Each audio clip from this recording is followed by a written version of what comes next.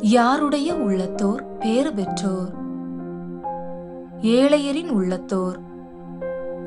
யார் ஆறுதல் பெறுவர்? துயருறுவோர். நாட்டை உரிமை சொத்தாக்கிக் கொள்பவர் யார்? கனிவுடையோர். நிறைவு பெறுபவர் யார்? நீதி நிலைநாட்டும் வேட்கை கொண்டோர்.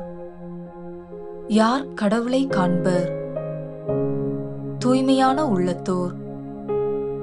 யார் கடவுளின் மக்கள் என அழைக்கப்படுவர்? அமைதி ஏற்படுத்துவோர். எதற்கு முன் திருச்சட்டம் யாவும் நிறைவேறும். விண்ணும் மண்ணும் ஒளிந்து போகும் முன்.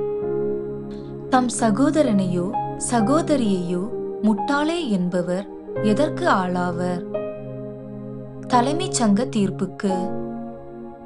தம் சகோதரனையோ சகோதரியையோ அறிவிலியே என்பவர் எதற்கு ஆளாவர்? எரிநரகத்துக்கு. கடவுளின் அரியணை எது? விண்ணுலகு. கடவுளின் கால்மனை எது? மண்ணுலகு. பேரரசரின் நகரம் எது? எருசலேம். யாருக்கு முகம் கோணக்கூடாது?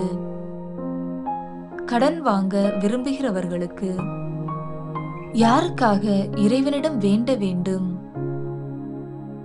துன்புறுத்துவோருக்காக. யாரை போல் நிறைவுள்ளவராய் இருக்க வேண்டும்? விண்ணக தந்தையை போல்.